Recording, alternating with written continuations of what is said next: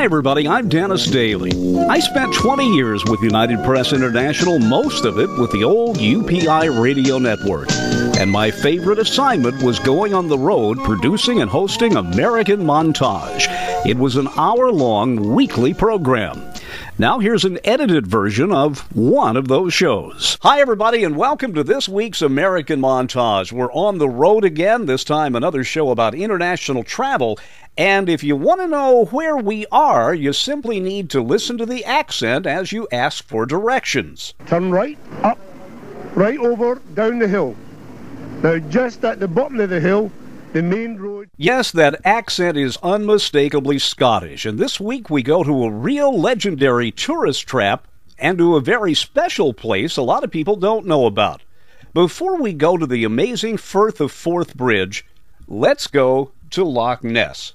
Betty McDougall is the curator of the Loch Ness Museum.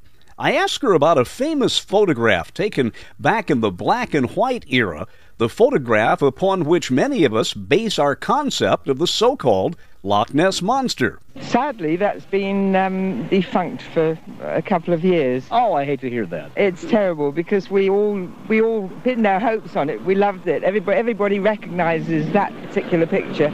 It was taken in 1934 by a surgeon in the British Army, and he sat on it for quite a long time. It was then put out to the public domain, and everybody regarded that as the definitive picture. Do you think there's something out there? Oh, definitely, no question. Not an enormous movie-type monster. I have never, ever believed in one single movie-type monster, but a colony of large animals. We all know that there are very large eels in Loch Ness, very large eels, and I feel that my own personal feeling that it is eel-like. But the enormous movie-type monster has just grown over the years, I'm afraid. And by defunking the surgeon's picture, it has, in fact, cleared away some of the dead wood, because there's never, ever been a sighting like that before or since. But there have been sightings of something or some things. Oh, yes. I get between 3 and 5 people a year that want to talk about what they've seen. Now that it's no longer a hoaxy-jokesy subject, that they realise that we do take it seriously, they're not frightened of talking. Loch Ness can deceive many people's eyes. It's deceived my own. But people do like to talk about what they've seen, and very often I can't even give them an answer as to what they have seen. Well, I noticed just driving here during the daytime, the way the sun plays off the lake, you go through the trees, that it's an easy place for optical illusions to be created in a way. It's so shadowy here. Very, very. And being a relatively narrow channel of water, it's affected by the weather, by the wind, by wave formations. 2 boats can pass each other and be gone for hours, and yet still the wake is slapping backwards and forwards, changing in size, volume. Oh yes, when I first arrived in Drumnadrochit, I was watching monsters coming out of every wavelet. What is it like to work here in this old building dating from 1882, castle-like building, if you will, to be involved in something that probably every child around the world knows about? It is sheer wonder. It's the most beautiful job I've ever had, quite honestly, and people are so nice and people are so interested, and they do like to talk about the monster, and they do come here because they want to learn about the monster. And this building behind me, yes, it's a gorgeous old building. Sadly, it was an hotel which was destroyed by fire, but luckily the walls were so thick that it withstood the tremendous heat, and so we turned it into the Loch Ness Monster exhibition, and people recognise us all over the world. But it's a wonderful job, and it's a wonderful spot. You can see for yourself the scenery is absolutely gorgeous. With or without the monster, I think people would come to Loch Ness. Betty, thanks a lot. You're welcome. A lot of people visit Loch Ness, but not that many people go north of Edinburgh to visit the Firth of Forth Bridge. When I was 10 years old, I saw it in a book. I fell in love with it. I wanted to be a highway and bridge designer at the time. It is the hugest, most lavish, most overbuilt, well, it's something out of science fiction, but it has stood the test of time. I talked to Denise Edwards at the Firth of Forth Bridge Museum about the railroad bridge and the parallel beautiful highway suspension bridge. It's a symbol that a lot of people are aware of, and in many ways is a national symbol for Scotland. It's a very impressive structure. It was built in 7 years, starting in the 1880s, and it was built as a more efficient form of transport for crossing the Firth of the Forth. Prior to that, the only means of people getting from South Queensferry over into Fife and of course back again was by ferry, and that could be very precarious because obviously the run would depend on the weather, the winds and the tides and so forth.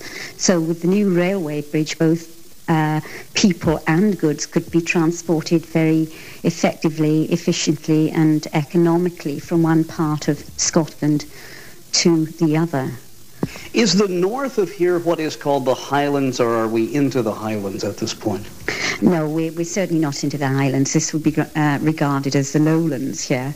That's in Lothian, Edinburgh South Queensferry. And then, of course, you come to the Kingdom of Fife.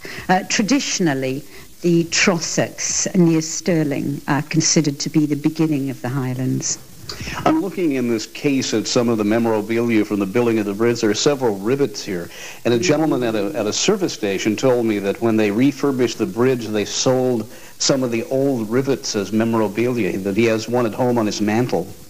Well, I wasn't aware of that, but it certainly wouldn't surprise me. We have quite a number of rivets in the collection. In fact, they were one of the remarkable features that went into the building of the bridge. I believe there were about 7 million of them that went into the building of the original structure. And of course, the machine that was new machine was invented in order to do the riveting for the bridge, which was invented by Sir William Arrol, one of the engineers, the main engineer for the bridge.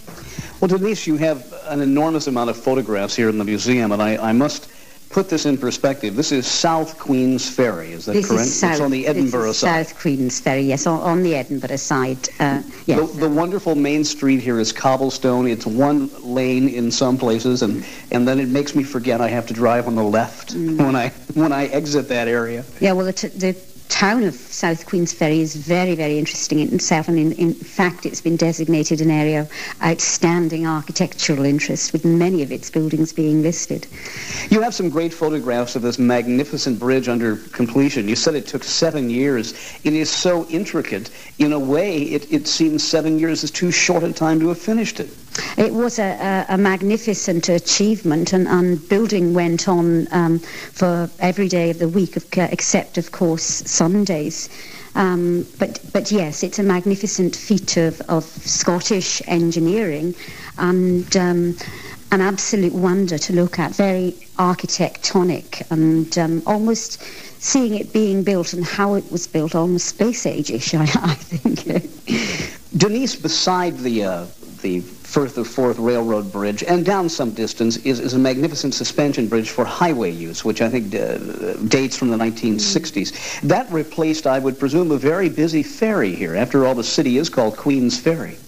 Yes, that's certainly true. And from the windows of the museum here, you have a magnificent view across the Forth, with on your right the Forth Railway Bridge, and on your left the very elegant Forth Road Bridge. The Forth Road Bridge was completed in 1964, and of course the completion of the road bridge meant the old ferry service, which had been going on, well, since time immemorial really, had to be closed down because it was no longer in use.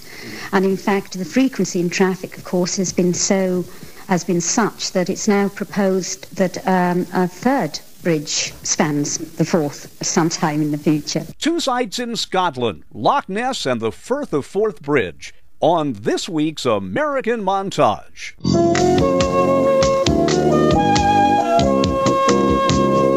And there you have it, another edited episode of one of the American Montage programs prepared for the UPI Radio Network back in the 1980s and 90s. I'm Dennis Daly. Thanks for listening. Thanks for going with me this week. And check YouTube for more American Montage programs.